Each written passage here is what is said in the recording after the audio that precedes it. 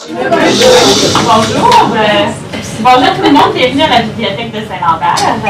Je m'appelle Elisabeth Jacques, je suis la nouvelle chef de division bibliothèque et je suis bien choyée cette année parce que c'est la 10e édition de la Foire d'art contemporain et c'est ma première, donc je tombe dans l'effervescence et dans une édition qui nous en met franchement plein la vue.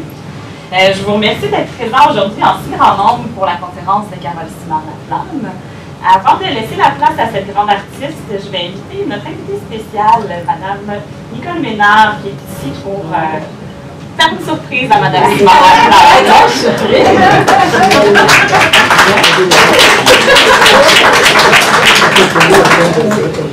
Alors, bonjour. Tout d'abord, Madame Desaulniers, bonjour, conseillère de la ville de Saint-Lambert. Madame Simard-Laflamme. C'est une belle surprise. Mesdames et messieurs, alors, depuis des siècles, l'art est une forme d'expression qui suscite toute une gamme d'émotions chez l'être humain. Ici, à Saint-Lambert, la culture est omniprésente, c'est bien connu, que l'on parle de la Société chorale de Saint-Lambert, le Festival Classica, la Foire d'art contemporain, pour ne nommer que ces événements. Cette ville vibre au rythme de la culture tout au long de l'année. Ceci s'explique par la passion des Lambertoises et Lambertois, dont plusieurs sont des artistes, envers les différentes formes d'expression artistique. Il y a une artiste qui façonne le visage culturel du Québec depuis de nombreuses années.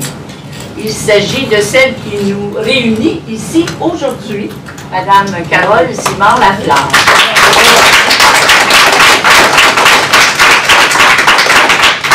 La petite québécoise, comme la surnomment les Français. La petite histoire. Et moi, nous nous sommes rencontrés pour la première fois avant son départ pour l'Hexagone où elle allait exposer la robe des nations.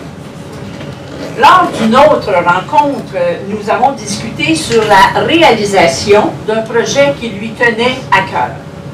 Encore une fois, j'ai mis tous les efforts nécessaires afin de rendre possible l'exposition d'une de ses robes à la cathédrale de Longueuil, Antoine Padoue de Longueuil. À la première vue de ses œuvres, je vous avoue que j'ai été éblouie et conquise. Au fil du temps, j'ai appris à connaître davantage son art et j'ai pu constater son parcours incroyable qui l'a mené aux quatre coins du Québec, du Canada et ailleurs dans le monde.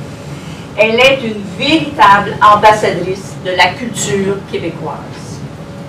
Admirer une œuvre en art visuel, c'est se laisser transporter vers l'inconnu et vivre une expérience unique. Madame Simard-Laflamme, depuis vos débuts, c'est ce que vous nous offrez. Alors, aujourd'hui, vous nous offrez la petite histoire de votre imaginaire. Je tiens à honorer le grand parcours de votre carrière artistique qui, depuis 50 ans, nous fascine. Alors, Madame Simard-Laflamme, je vous invite à vous joindre à moi pour souligner l'ensemble de votre carrière. C'est un immense plaisir que je vous décerne la médaille de l'Assemblée nationale du Québec.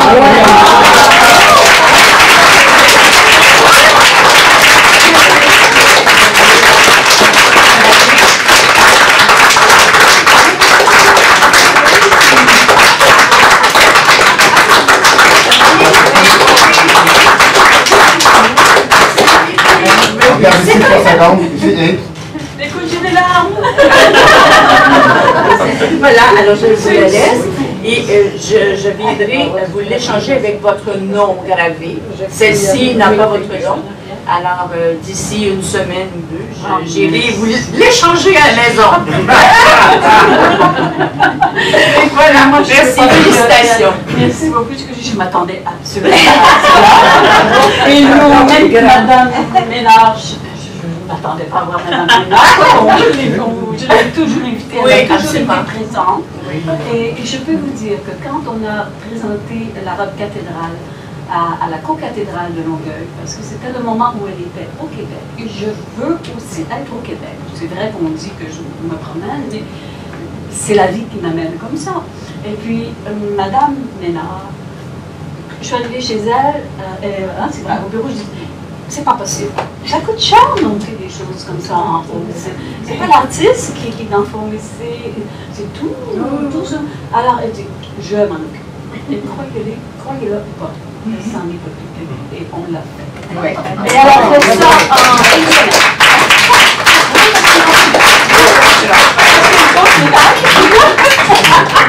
Vous m'avez donné le médaille aussi. Et je crois qu'on peut être chanceux au Saint-Lambert d'avoir Mme Ménard qui soutient beaucoup les arts. C'est assez rare quand même. Hein. Je ne sais pas assez rare, mais c'est pas moins courant. Bon, écoutez, c'est très drôle. Je veux savoir si vous m'entendez bien, tout le monde. Oui. J'ai l'impression d'être en famille, une grande famille. Je reconnais tout le monde. Je reconnais beaucoup de monde qui ont de mes œuvres, d'autres avec qui on a travaillé ensemble, d'autres qui sont venus prendre le café, d'autres qu'on rencontre sur le coin de la rue de Saint-Lambert. Alors, bon, bienvenue. Alors, je vous amène dans un drôle de monde, peut-être, à la découverte de ma petite histoire de mon imaginaire. Alors, je ne sais pas si vous allez bien voir. Est-ce que c'est trop clair? C'est que... Alors, je vous emmène quand même dans un monde... parce que parler de l'imaginaire, c'est quand même parler de quelque chose qui est un peu un brouillard. C'est quand même parler de quelque chose que on n'arrive pas à voir, qu'on n'arrive pas à saisir. Alors, c'est que j'espère vous éclaircir ou vous éclairer un peu.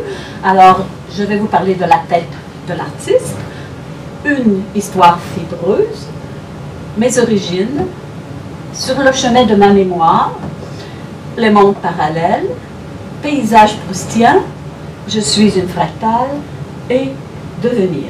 Alors, comme vous voyez, le chemin est un peu long, mais je vous le propose très visuel. Alors, il y a beaucoup de photos qui vont passer. Alors, la tête de l'artiste, comme on dit souvent, c'est un bouillonnement, c'est un éclatement, c'est un réseau de cellules, un réseau d'images, un réseau d'histoires. Et on pense que souvent que l'artiste, quand on dit qu'il n'est pas raisonnable, on ne comprend pas l'artiste. C'est qu'un artiste, en tout cas moi je parle pour moi, il y a d'autres artistes qui sont différents. Mais en principe, un artiste ne pense pas de A, B, C, D, de A à Z. Souvent l'artiste va parler de A et on passe de A, Y, Z, V, W. Alors, parce que l'art, c'est un peu tout ce qu'on voit, tout ce qu'on vit, tout ce que l'on mange, je dirais même manger, tout ce que l'on fait, tout ce qui se passe. Alors voyez-vous, c'est un peu comme un arbre. J'entendais dernièrement une entrevue d'Éric Emmanuel Smith qui disait, dans ma tête, il y a un verger.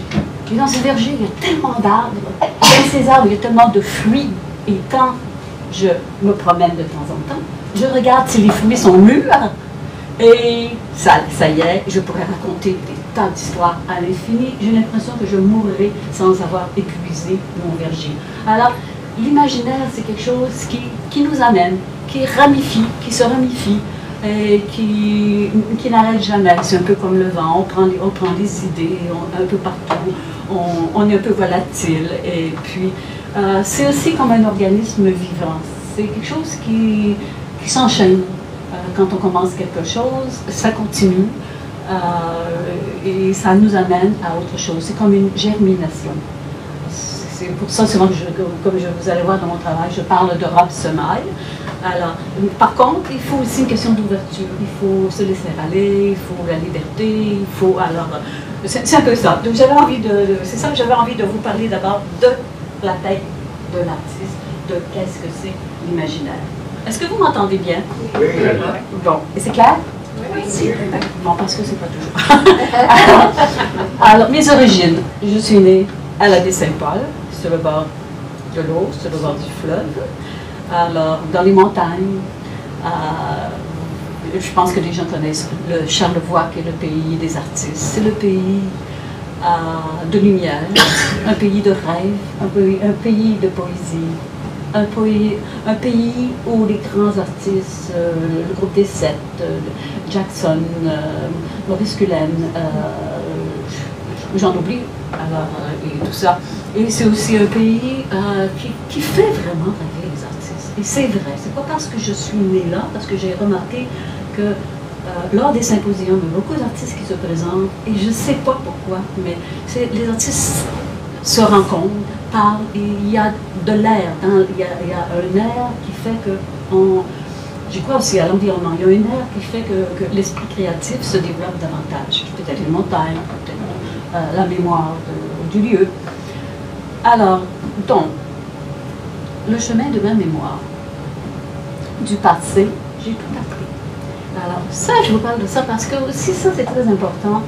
Je pense qu'on devient artiste.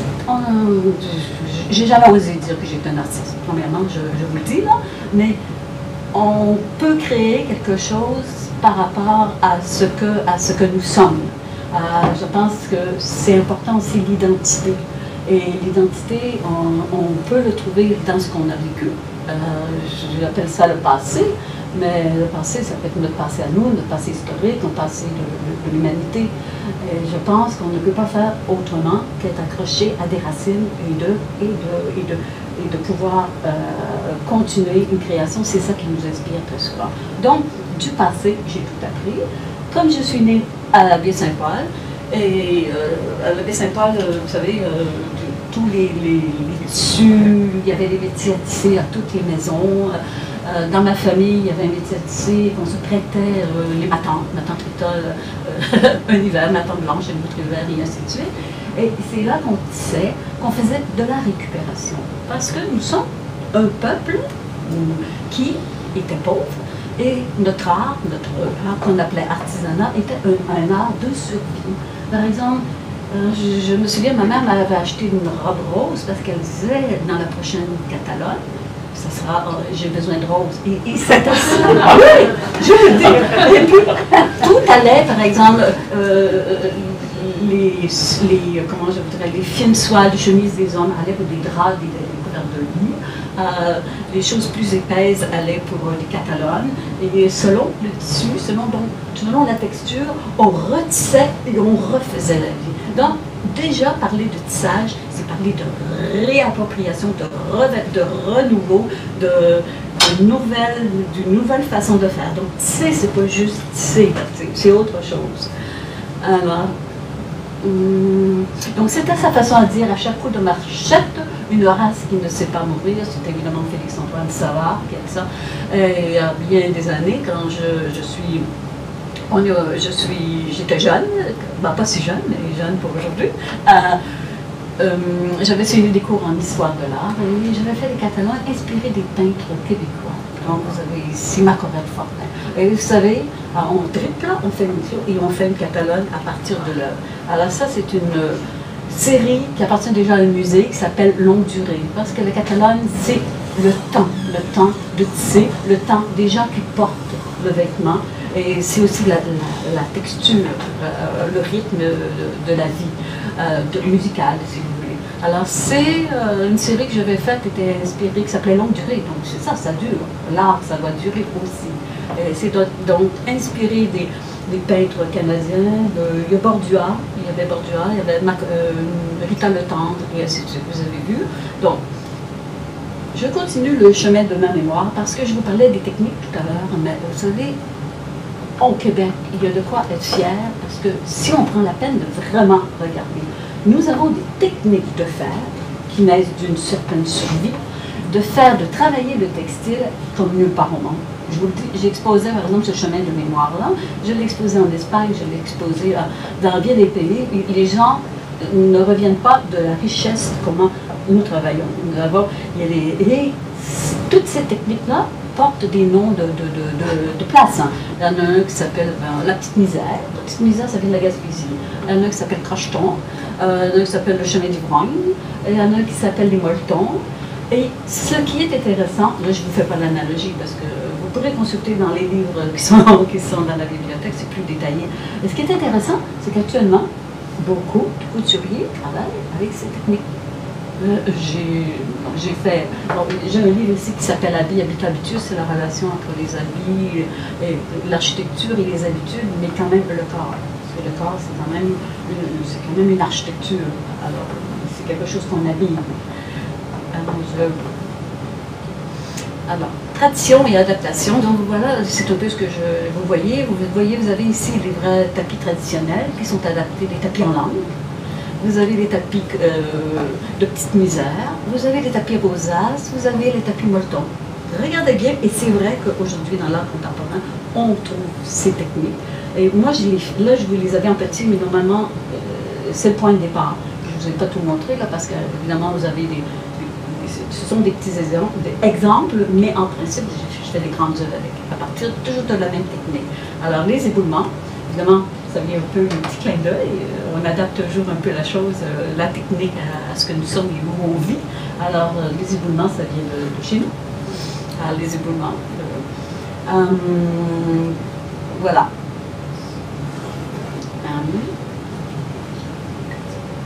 Alors, mes premières tissures, ça fait très longtemps aussi. Ça, je peux vous dire que mon mari m'avait fait un métier à tisser. J'étais en architecture et puis il voulait que je fasse une cravate. Je n'ai j'ai jamais réussi à faire une belle cravate, j'ai jamais réussi. C'est plus je fasse une cravate, comme voulez-vous. Alors, il m'a fait vraiment un métier de tisser. Parce qu'avant ça, je prenais le métier de tisser de ma mère, qui était dans le garage, et qui était dans le grenier. Et vous savez, quand on est jeune, et puis qu'on n'a pas d'argent, on prend tout, on tisse tout.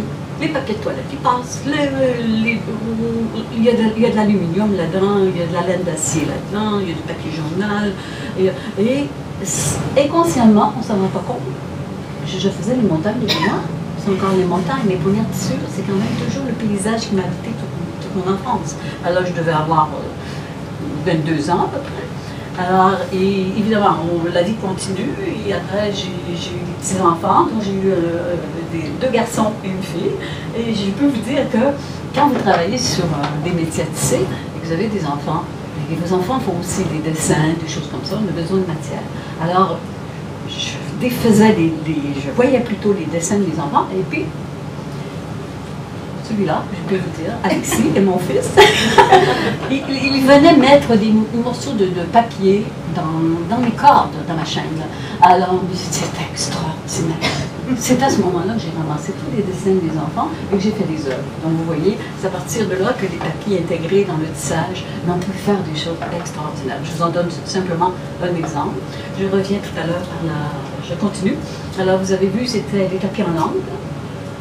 Ce sont des grandes œuvres qui sont intégrées à l'architecture. C'est l'Université du Québec. Vous avez celle-ci qui est encore là, et ce sont les sigles dedans de tous les sigles des armoiries du Québec. Alors, ici, je vais vous parler un peu du petit et du grand. C'est qu'on fait aussi de l'intégration de l'architecture. Vous avez le SEPSON. C'est un autre travail. Hein, je veux dire, de travailler avec des architectes, c'est quand même faire des maquettes, c'est faire faire des plans, faire le montage, ça prend un ingénieur pour accepter, ça prend des gens pour monter en l'air, des grues immenses et des échafaudages. Alors, ce sont des œuvres, c'est la jaune, ça c'est une œuvre qui est réalisée dans une école. La droite, c'est un peu la maquette, mais c'est la maquette de celle que j'avais proposée pour Saint-Lambert. Je ne l'ai pas eue, je regrette toujours de ne pas l'avoir eue. Mais c'était dans le 1%. C'était une immense spirale avec une cueillette de tous les tissus des gens de Saint-Lambert. Alors ça, c'est des comités. Je vous montre quand même. Alors, après, on s'est mariés et ensuite, nous sommes partis en Afrique. Ce fut les 2 plus belles années de notre vie, mon mari et moi. Et c'était à Bamako. Écoutez, j'enseignais la musique, c'est ça qui est assez étonnant. Ben, c'est pas étonnant parce que j'étais beaucoup plus dans la musique avant que dans le visuel. Et le visuel, il est venu sans m'avertir, autrement dit. Alors, c'est quelque chose, ça devient une nécessité.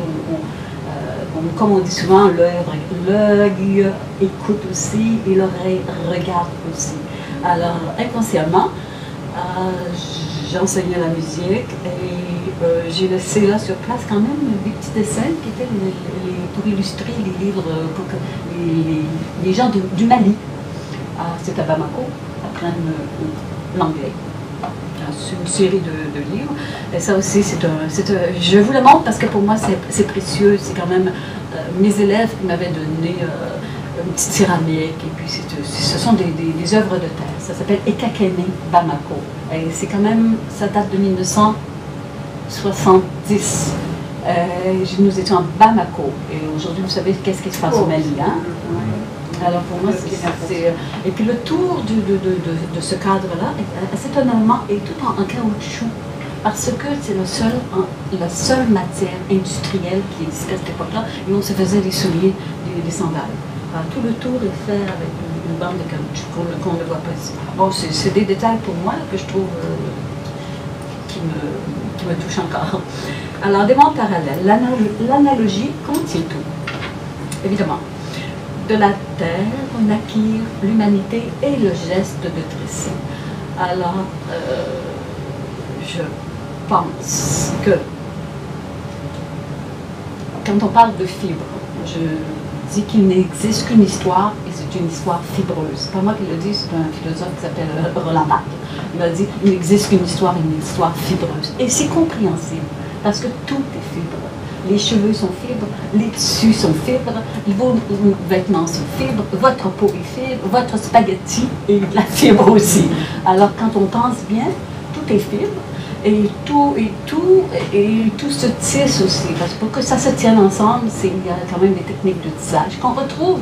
Ces techniques d'horizontale et de rencontre avec la verticale, ça se retrouve aussi dans la façon de faire la musique.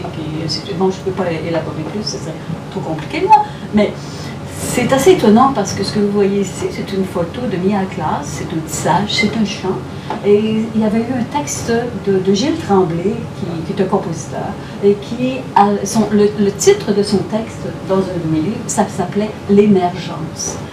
Je trouve ça très symbolique, et je trouvais ça très beau parce qu'on ne se rend pas compte que sur quelque chose qui est tissé, ça peut être la terre qui est tissée, nous sommes, un arbre est une émergence, une forme qui sort de la terre. On sort d'une forme. Même nous, quand on vit, on émerge de quelque chose. Alors, c'est un texte qui était fabuleux et je trouve ça très beau. Alors, vous voyez le tissage. Je vais vous montrer l'analogie, que tout est analogique. On peut toujours comparer à tout. Donc, l'exposition des Natura qui était aussi, qui part de la spirale. Je reviens à mes fibres. Et quand on pense à la métamorphose de la forme ou à la construction d'une forme, on a toujours un point. Alors, dans votre tête, que ce soit l'humain ou n'importe quoi, que ce soit au niveau scientifique, que ce soit au niveau musical, que ce soit à tous les niveaux, vous avez un point. Après le point, qu'est-ce qu'il y avait?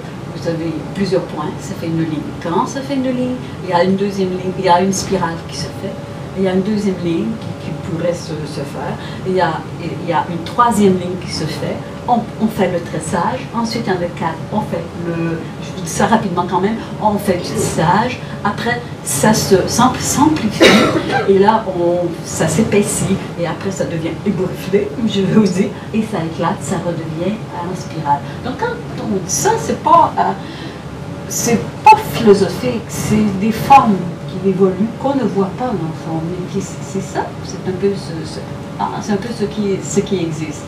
Alors, et on peut voir la même chose quand on parlait de musique. On commence par une note, après ça on devient mélodie, c'est la mélodie parallèle, après ça c'est l'homophonie, après ça c'est la symphonie, après ça va jusqu'au bruyant, ça va au cluster, et ainsi de suite. On retrouve les mêmes choses un peu partout, même dans la parole un peu partout. Alors pour ça je vous dis, il n'existe qu'une histoire fibreuse. Alors, je ne vous amène pas dans toutes les expositions, c'est des Natura qui a été présenté dans 13 endroits en Europe. C'est une exposition qui s'appelait « Ça avance plus, là ». Arrêtez donc. Pourquoi ça ne marche plus?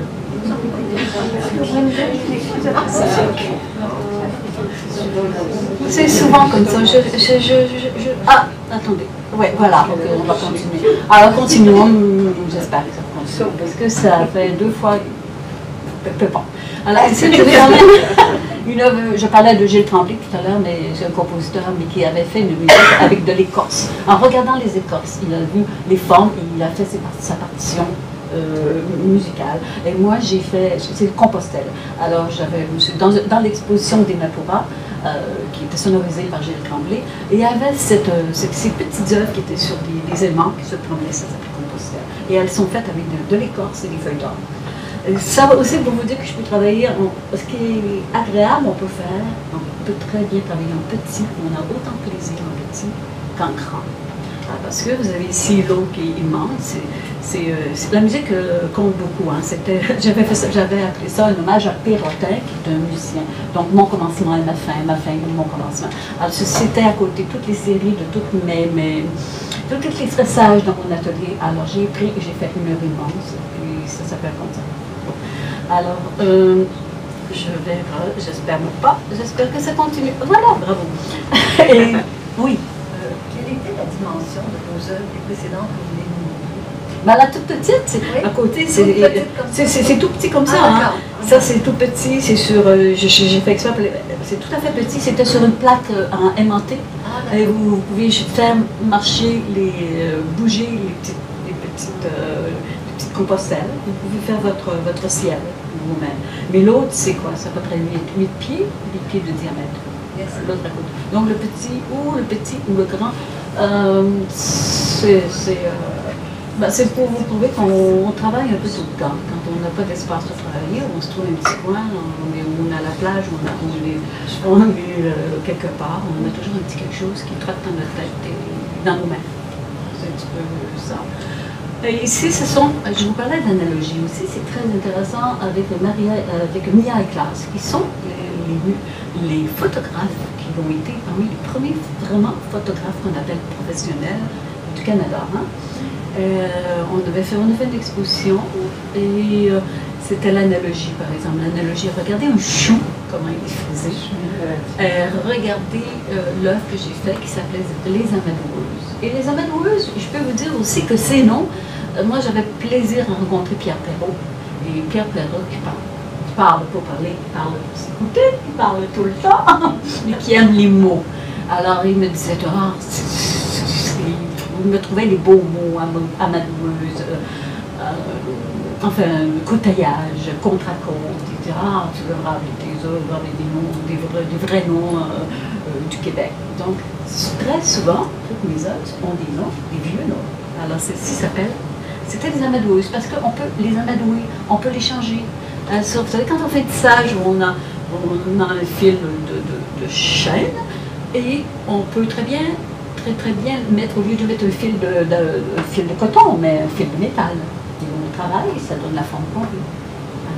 Ça devient des sculptures, et c'est selon l'endroit où on est. Alors, ceci, c'était ça s'appelait Urbs,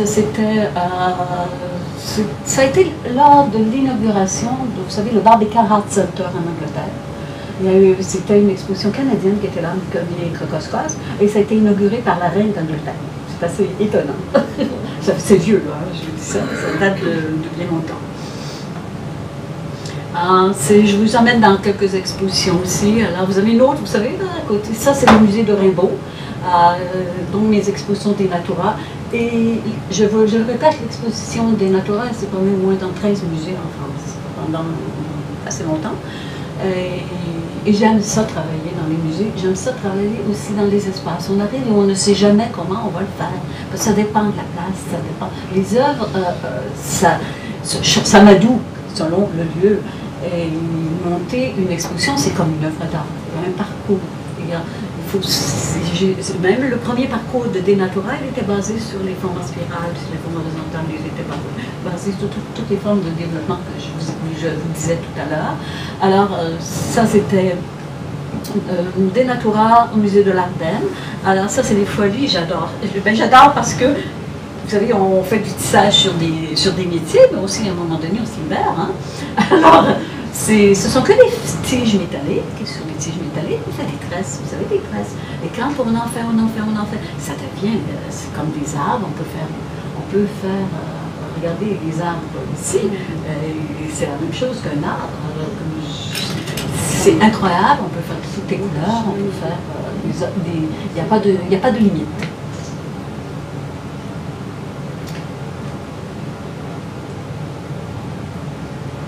Alors, quand on parle d'analogie, évidemment, on commence à parler par l'analogie parallèle entre la nature, et tout ce qu'on peut trouver, vous allez trouver dans le livre des Natura par rapport à la nature. Mais si on continue, je continue mon analogie, il faut dire que j'ai étudié en architecture. Je ne suis pas architecte du tout, mais j'ai fait au moins 6 ans en architecture. Je vais vous dire la vérité, 3 fois 2 ans. 3 fois les premières années. Parce que c'était les plus belles. Pourquoi? Ben, avant de partir en Afrique 2 ans, quand je suis revenue, mes enfants étaient plus grands 2 ans. Après ça, un peu plus vieux, ben, je suis allée à McGill pour suivre des cours, parce que c'était que de la philosophie, c'était le plaisir. J'ai pris que le plus beau. Alors, et c'est vrai. Et évidemment, quand on est là-dedans, ben, il y avait le rapport entre le corps, la vie, et les habitus. C'est un deuxième livre qui a été écrit. Donc, il y a eu aussi des expositions de Saint-Paul en 1985. Donc, par hasard, rien n'est perdu. Alors, c'était les grands archétypes de l'architecture. Les grands archétypes, vous allez voir, ce sont la pyramide. Cette pyramide, elle a été exposée au Japon en 1991, en 1989. Alors, je représentais le Canada au Japon. Ça, si vous voulez connaître la vérité, c'est très difficile. J'étais très contente d'avoir, avec Mme Ménard, c'était encore là, ça a été tellement facile. Mais à cette époque-là, je vous dis, j'ai pleuré pendant 1 mois et je me suis battue pendant 1 mois pour avoir des subventions. Ça coûtait 14 000 $ aller là et j'avais été sélectionnée. Je ne vais pas parler de moi comme ça, mais je dis, sur 2 à 3 000, j'avais été sélectionnée. Qu'est-ce qu'on fait quand ça nous coûte 14 000 $ et qu'on n'a pas d'argent? Et puis quand on arrive au Japon, c'est pas carrément, ils sont même pas capables de dire mon nom, des chemins.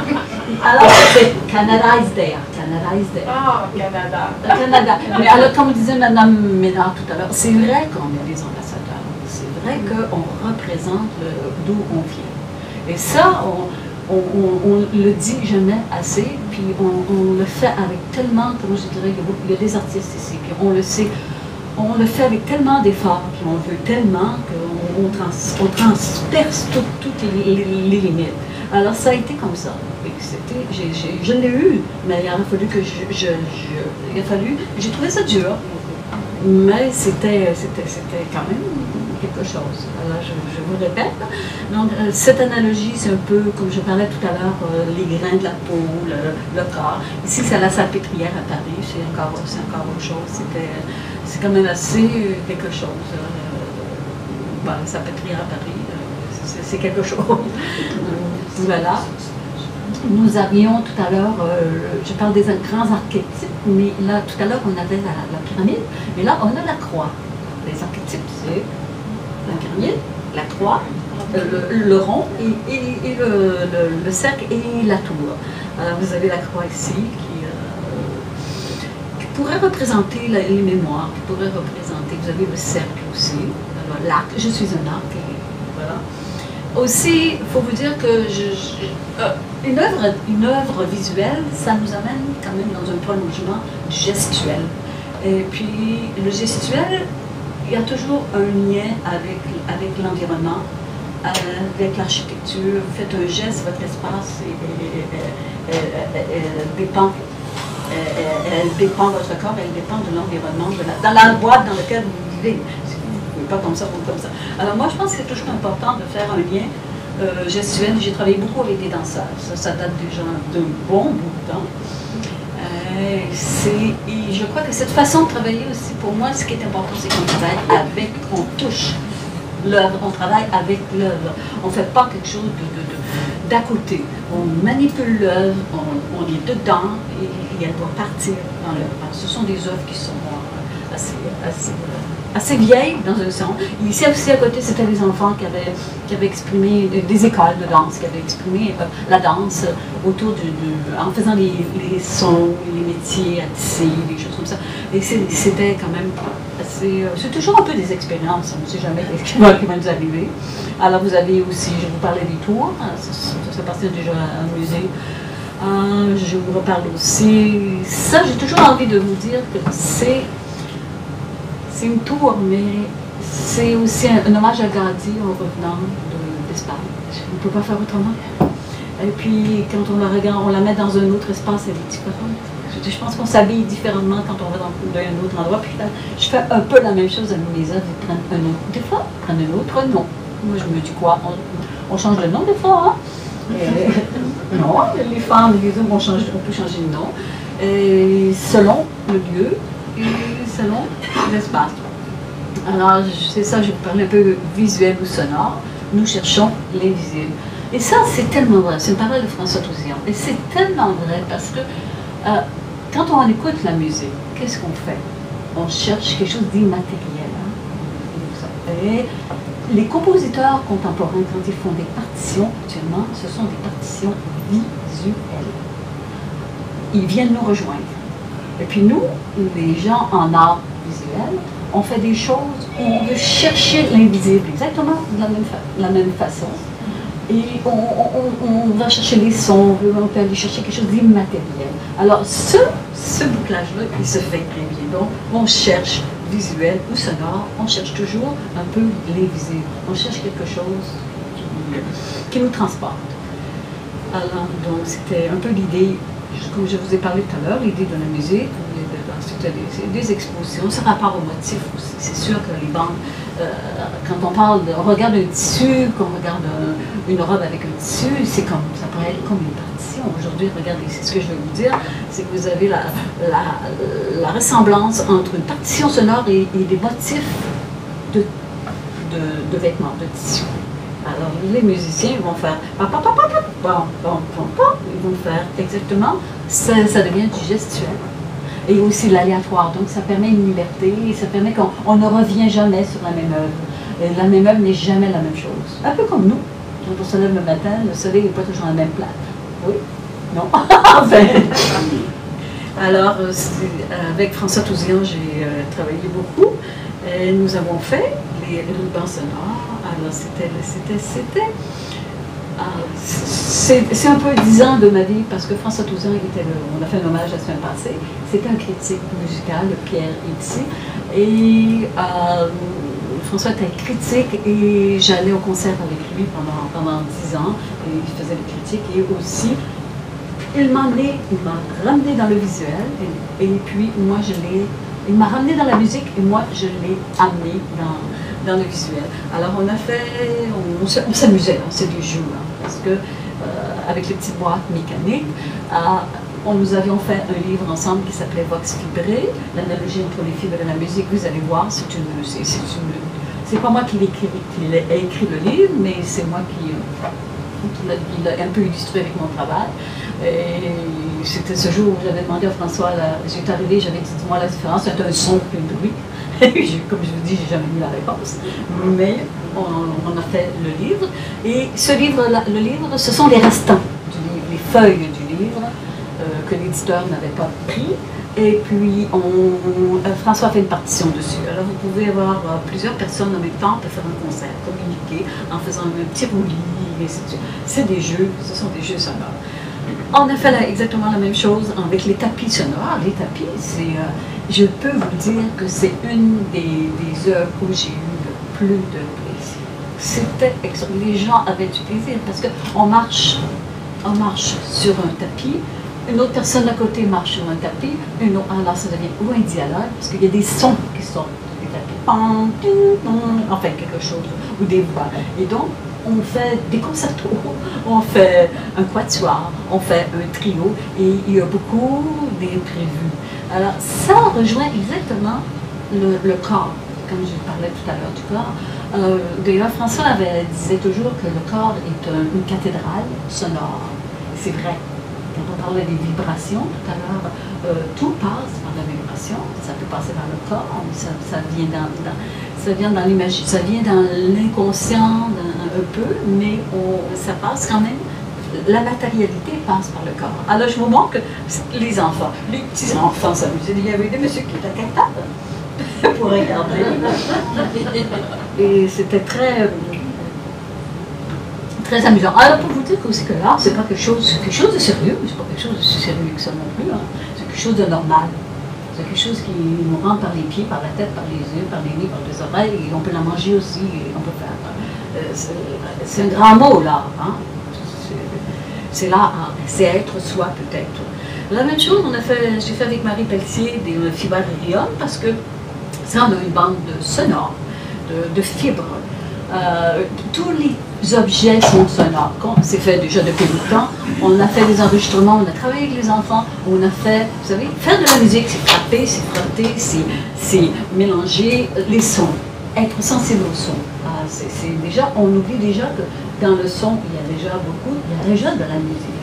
Et c'est ce côté contemporain, dans la musique contemporaine, qui est merveilleux, qui nous fait faire aussi, qui nous fait découvrir un autre monde. Alors, nous avions fait une bande de sons à partir de tous les objets enregistrés, et aussi à l'espace Candergy, au Centre canadien de musique. On a travaillé avec les écoles secondaires, et ce sont des jeux, encore des jeux. Et les enfants deviennent des chefs d'orchestre. Ils ont des chiffres, et puis les enfants se promenaient faisaient des bruits, il y avait des graines, faisaient des frottements, faisaient des choses. Alors, c'est un petit peu, c'est pour sensibiliser. Alors, le paysage proustiaque. Alors, pourquoi Proust? Proust, c'est quelqu'un qui, d'abord, est un artiste lui-même. Son œuvre est déjà un chef-d'œuvre. Pourquoi? Parce qu'il parle de l'inconscient. Il parle de la perception. Il radiographie les êtres humains. Et puis, il ne fait pas ça en ligne droite. Il fait ça en digression. Il fait ça en déphasage. Il fait ça comment je vous dirais donc, très flou. Et il fait ça quand même, on n'arrive pas à se trouver, et on se retrouve, et il nous emmène dans l'inconscient, le subconscient, l'inconscient collectif, ce qu'on appelle le collectif. Ça veut dire que Proust, c'est sûr qu'il y a des gens qui sont j'appelle ça des malades, des proustiens, qui ne parlent que par Proust. Vous savez, il y en a qui comptent les cheveux de Proust, hein?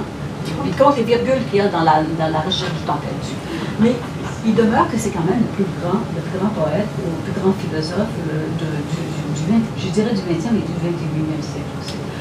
Moi, quand j'ai lu Proust, ça aussi c'était à cause de François, je ne me gêne pas, parce que Proust, il m'a dit un jour, il faut que tu lises Proust, t'as pas de bon sens, il faut que tu lises Proust. Et c'était merveilleux parce que lire Proust, c'est quelque chose, mais il arrivait 2 semaines après, puis le premier chapitre, puis comment ça marche, lui avait des choses comme ça. Alors donc, c'était un Proust qui était vivant et discuté à chaque fois. Hein, l'histoire de... Donc c'est ça. C'était très enrichissant. Et Proust et les robes, parce que j'étais en train, je vais vous montrer tout à l'heure, le jardin de ma mère. Et puis Proust parle beaucoup comme il dit, ce muet langage des robes. Et c'est tellement vrai, parce que même hier, on a fait de l'animation, et il y a des madames qui se sont mis à parler de leur robe de noces. Parce que quand on porte une robe, elle est toujours très souvent liée à une circonstance et à une émotion, très souvent.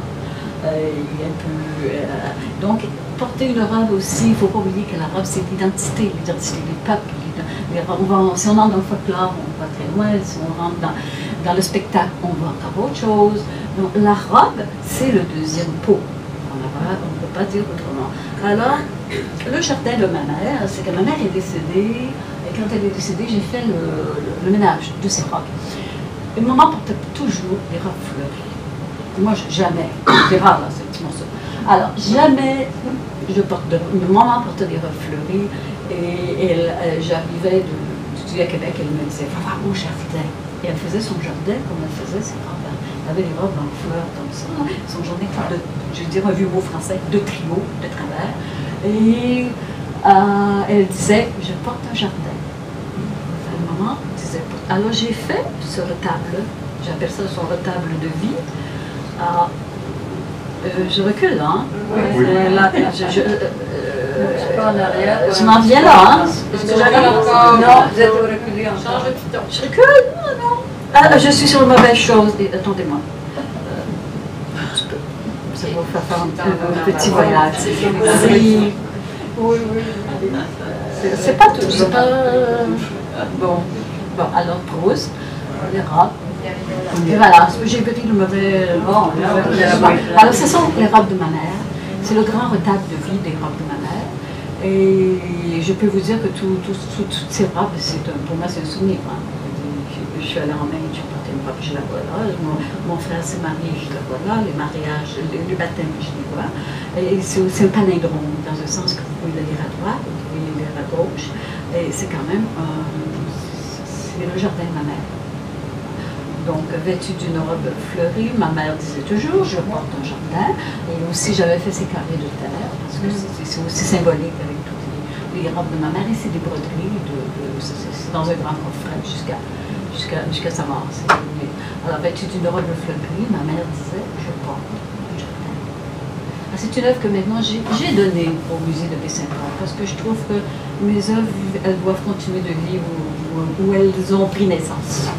Et ça aussi, je trouve que dans les musées, on devrait respecter comment je dirais, les mémoires des gens, des artistes, des lieux.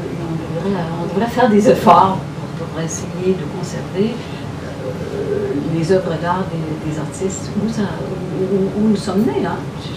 Comment j'aurais pu le donner? Je ne peux pas le donner en France, ça n'appartient pas à la France, ça appartient chez moi, puis je trouve que c'est important. Mais chez nous, je le donne. Très souvent, il faut le donner, alors qu'on aurait peut-être pu l'acheter. Bon, alors, comme domaine racine, une germination, parce que je vous disais tout à l'heure que l'art, c'est quand même une germination, c'est-à-dire que quand on romance quelque chose, on ne s'en rend pas compte. Hier, je pense à ça, demain, je vais penser à autre chose, et après-demain, il va arriver que c'est ça que je vais faire. Je ne sais pas pourquoi. Donc, c'est comme mettre en terre des idées, des pensées, des réflexions, une vie, une lecture, un bon vin qu'on vient de boire, des amis qu'on vient de rencontrer. Mais c'est un peu tout ça. Hein? Alors, ce sont des petites robes semailles qui se parlent entre eux. Et simplement je parle de germination parce que la petite forme qui est très petite s'est multipliée, il y en a eu. Il y en a eu presque 6000 qui se sont faits, et là je vous explique comment ça a été fait vraiment par des cueillettes des gens, j'ai à peu près 400 personnes qui m'ont envoyé des morceaux de tissu pour faire, parce que ça va aboutir à la robe des nations, toutes les petites robes, et à peu près de 40 nationalités, je ne sais pas comment dire, nationalités, culture, ainsi de suite. Et vous voyez là, quand on reçoit des morceaux de tissu, on les prend, on les coupe, on les colle, on les découpe. Alors, ça, ce sont d'autres bouts. C'est le travail. Je vous montre un petit peu comment ça se fait, parce qu'on m'a demandé ça la dernière fois, de vous montrer comment se travaille. Donc, on tisse toutes les petites robes, on les tisse, on les laisse sécher un peu. Et là, je vous dis un peu tous les témoignages. Je parlais des témoignages tout à l'heure des gens qui me donnent des robes. Tant de secrets, de rêves sur un bout de tissu. C'est d'une richesse, on ne peut pas s'imaginer, à savoir tout ce que les gens ont en secret ou en lien avec les robes. Alors, vous voyez, la personne, quelqu'un qui a eu un cancer. Alors ça, je ne vous dis pas c'est quoi, mais je vais vous le dire. Je n'ai pas le droit de le dire. Je vais vous dire que je suis allée à Avengeril-sur-Mer, et il y avait une exposition, il y avait une artiste qui exposait, elle avait été, j'ai pas le droit de le dire, mais elle avait été la billeuse de la reine mère. Elle avait les corsets, les soutiens-gorge et tous les sous-vêtements de la reine mère. Elle avait fait des petites choses tout à fait mignonnes. Et m'en a donné un. Mais on n'a pas le droit de le dire. Parce qu'elle a été publiée dans Figaro. Puis elle a même. Mais là, je l'ai dit, il n'y a personne qui va aller le dire. Elle est décédée. Mais c'était. Oui, c'était une petite jarretière. C'est pour vous dire que ça va. J'en ai eu des musiciens, de Pierrette Allary. Alors donc, quand je parlais de tissu tout, hein, que ce soit du cuir, de la peau, et puis aussi c'est un peu comme des écritures. On regarde un peu tout ça. Et c'était aussi, moi j'appelle ça comme un wampo, parce que c'est un échange. Hein, c'est dans des grands livres que je fais souvent, qui sont reliés par des fermetures éclair qu'on peut changer, donc des petites robes qui s'échangent. Et ça, c'est l'animation avec les enfants. C'est dommage, j'ai pas eu le temps de mettre celle qu'on a faite hier. Alors, à chaque fois que je passe, il y a toujours une animation. Je ne la fais pas nécessairement, mais elle est proposée. Et c'est quand même assez extraordinaire. Regardez, les enfants font la petite robe semaille, ils mettent autour toute leur mémoire et tout ce qui les tracasse, tout ce qu'ils aiment. Ce sont les petites robes semaille, ça c'était, je pense, c'était à Calais ou la robe des nations, donc nous sommes tous un fragment de l'autre. Tout simplement, c'est que, vous savez, les petites robes, c'est une horizontale, c'est une verticale, et c'est plutôt une verticale, une horizontale, et c'est l'homme debout et l'homme couché.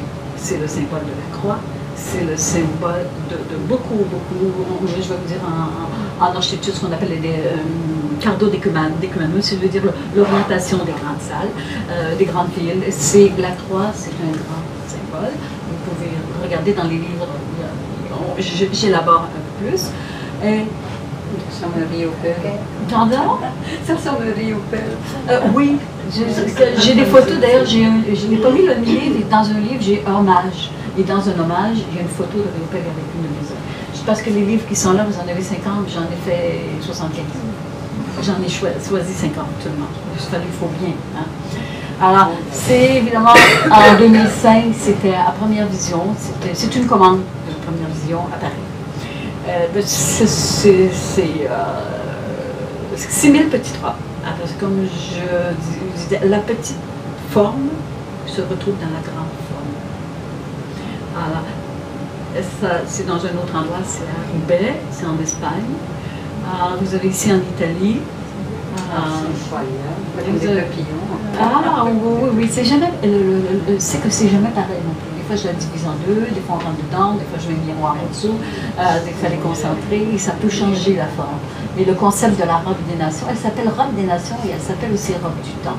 Je vous explique pourquoi. Robe du temps parce que c'est 12 séries, 12 volets qui partent de la naissance, l'enfance, l'adolescence, continuer là, le voyage, la vie, la famille, jusqu'à la mort. Et la robe des nations, ça veut dire que ce sont des gens qui m'ont donné de toutes les nations. Mais quand on nous donne des choses, il faut quand même, moi, mon travail, c'est quand même les nations qui se mélangent, on est d'accord, mais il faut garder, c'est quand même, on peut trouver beaucoup de messages là-dedans. C'est quand même cette petite forme, cette petite force, chacun, on fait une grande forme, c'est la force qu'on a à s'unir ensemble, mais il demeure que chacun garde son identité. Alors chacun, il fallait quand même que j'arrive à trouver chacun l'identité. Donc vous avez un panneau blanc, un panneau pâle, les enfants, le panneau rouge, le panneau d'amour, le panneau de... Bon, c'est un petit peu comme ça. Là, c'est le montage à Paris, à la Saint-Eustache. C'est une belle expérience. Ça aussi, je peux vous dire que d'exposer dans une église, c'est plus difficile que dans un musée, parce que dans les musées, vous avez toutes les structures, et vous avez tout un personnel, vous avez tout. Mais dans une église, c'est plus difficile. Mais c'est tellement plus un grand rituel. Parce que là, avant, existait dans les églises. C'était sur les parois des églises. Et tout le monde, par exemple, les cathédrales, j'essaie d'aller chercher une cathédrale, tout le monde vivait autour de la cathédrale pour faire vivre la cathédrale. Il y avait les musiciens, il y avait les gens qui faisaient les orfèvres, il y avait les gens qui faisaient les tissus, alors il y avait les chanteurs, et tous ces gens-là vivaient autour de la cathédrale. Alors quand j'ai le plaisir de mettre la robe des nations, la robe cathédrale, c'est toujours très touchant. Alors ça c'était à Saint-Eustache. Et puis évidemment il y a du monde, hein, parce que là-dedans il y a des concerts, il y a 5 concerts par semaine, 4 concerts par semaine, et puis c'est plein à 2500 personnes à chaque fois. Donc il y a une visibilité. On ne fait pas pour ça pour la visibilité, mais on le fait pour être, je sais pas, pour être là. Donc c'était là. Vous voyez, c'est quand même assez grand parce que l'auteur d'homme là-dedans est... Voilà. C'est des moments, moi c'est des plus beaux moments. Et puis, il ne faut pas oublier qu'à Saint-Eustache, si vous allez à Saint-Eustache, je vais passer ça parce que moi je n'arrêterai jamais. Alors, je peux vous dire que si vous allez à Saint-Eustache, ce sont les oratoriens qui font les sermons. Et je peux vous dire que tous les dimanches, quand je vais à Paris maintenant, je vais écouter leurs sermons. Ce sont des gens qui ont déjà vécu les oratoriens, qui ont été des banquiers, et qui font des sermons philosophiques. Et je peux vous dire qu'on pourrait se réconcilier avec la religion. Moi, j'y vais là. Alors là, c'était aussi le paysage lors du 100e anniversaire de la sortie de La Recherche du temps perdu. C'était du côté de Séchouan, à Idi-Congré, dans le pays de Marcel Proust. Alors ça aussi, c'est autre chose. C'est on est installé dans l'église. Les robes du temps, c'était les robes du temps. Alors, mais ça aussi c'était beau, parce que le curé, vous savez, là c'était un curé plus de campagne. Et puis là, le curé, bon, je pensais que je mettrais du guenilles. Hein. Il était tellement surpris. Et croyez-le pas, quand on est arrivé là-bas, il y avait une musique. Après, là, lors de gouvernement, une musique sur moi-même, j'étais surprise. Et puis l'autre surprise, c'est que la petite église de Marcel Proust, elle a un plafond extraordinaire. Genre Fra Angelico, Fra Angeli, là, on les voit un petit peu derrière. Ce n'était jamais éclairé. Alors, comme moi je passais, ben, évidemment, les éclairagistes sont passés. Et puis, il fallait bien éclairer l'œuvre, mais on a vu le derrière et là, ça là, c'est d'une beauté. Et puis tout se fondait. Ben, évidemment, on change. Des fois, je change les couleurs un peu parce que je trouvais que des fois, j'ai fini par le noir, c'est la mort, mais des fois, j'ai fini par le bleu qui est la rédemption. Ça dépend de l'espace, ça dépend du lieu. C'est toujours des événements comme ça qui arrivent. Évidemment, c'est à Calais, c'est le musée de la dentelle à Calais. C'est un musée, écoutez, c'est un très beau musée. Alors, par rapport à ça, je vous amène dans la genèse de la ville, parce que, évidemment, je ne sais pas pour rien Marcel Proust, parce que ça n'a jamais été exposé, ce que je vous montre. Ce sont les petites robes, ce sont des petites cathédrales, les cathédrales qui ont la grandeur de notre corps, à peu près de 6 pieds.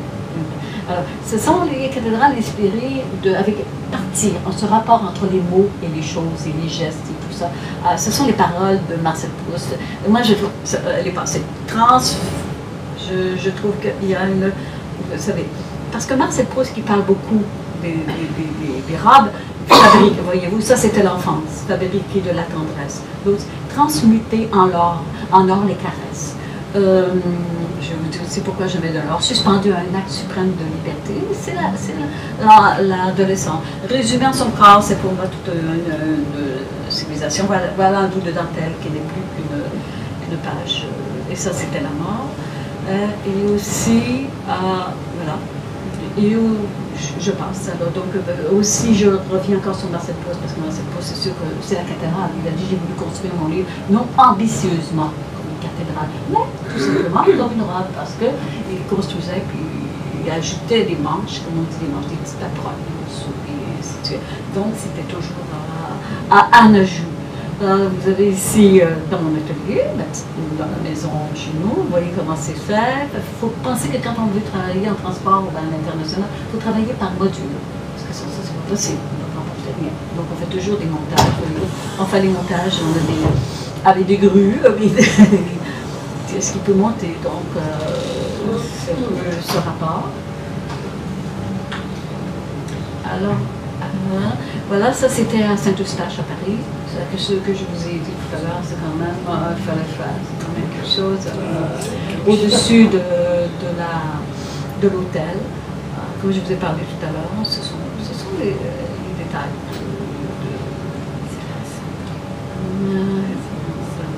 C'est un peu jamais la même chose. C'est aussi, il y a l'ombrage.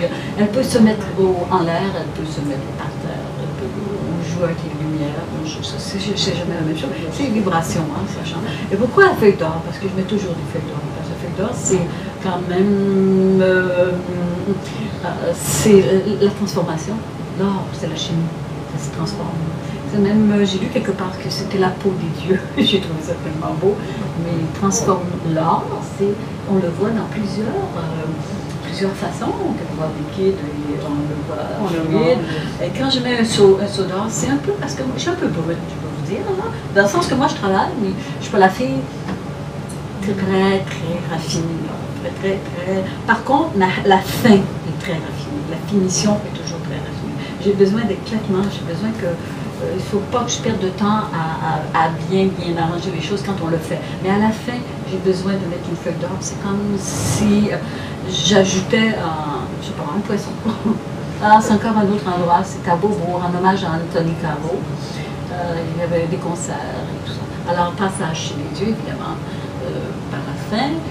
J'ai travaillé avec Hermès, alors ça aussi, il ne faut pas que je le dis, mais quand l'événement est passé, vous savez, c'est une grosse boîte. Hein. Alors, je ne peux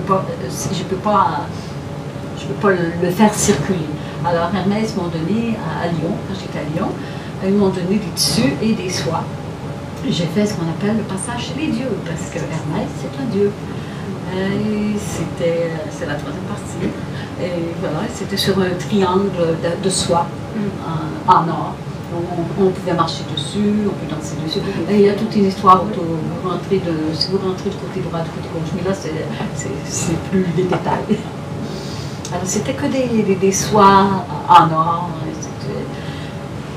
Alors, je termine un peu en disant ici, l'espace devient une vibration parce que ce sont évidemment des grands éventails, ce sont que des points, et des points qui s'étirent, qui se referment, et puis que mon commencement est ma fin aussi.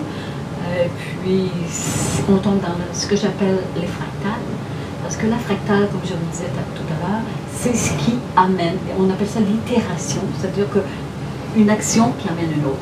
Alors, c'est très simple, les fractales, c'est un monde géométrique qu'on ne voit pas, mais qui existe, et on appelle ça plutôt la géométrie naturelle. Alors, si vous regardez pas un chou, mais un céleri, vous allez voir un Fibonacci, je vous donne des exemples. Vous avez le chiffre de Fibonacci, 1, 3, 7, c'est-à-dire que le précédent amène l'autre, amène l'autre, amène l'autre. Donc c'est un processus de développement de la forme. Et tout cela existe, on ne le voit pas. C'est Mandelbrot qui a... On en parle déjà depuis un bon temps, mais c'est scientifique.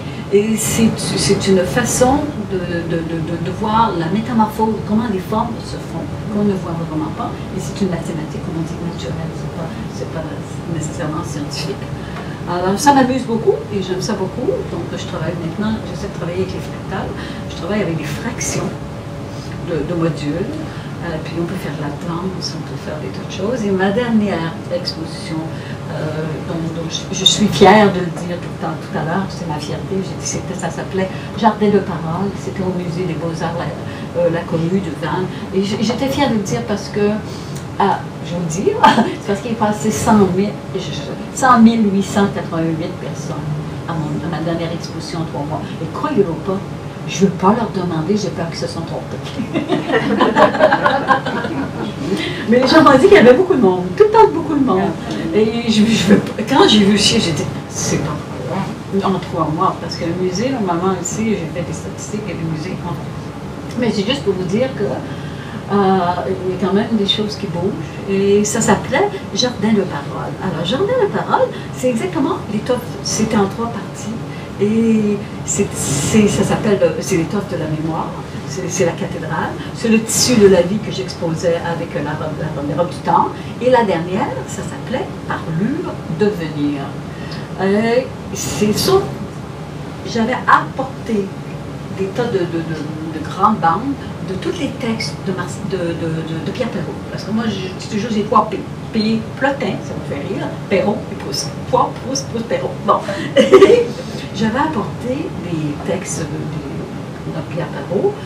Et il y avait cette phrase que je trouve tellement belle, des habitudes mélangées pour mieux s'entraîner dans un devenir. Ça ne peut pas être plus actuel actuellement. J'essaie de revaloriser les mots qui ont été des habitudes. Je peux vous dire aussi que les gens, si vous dites, ça stimule les gens, parce que je ramenais les vieux mots du Québec en Bretagne.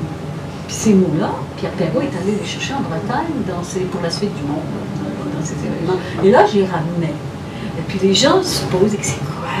Puis Marie Pelletier, qui est une musicienne, m'a fait aussi toute une musique avec les vieux mots. Là, comment je dirais, j'oublie le mot. Vous savez, les phrases bien québécoises. Ben de Badoué, je vais la griller, une femme bien grillée, je suis allée prendre mon petit. Enfin, je les ai plus là.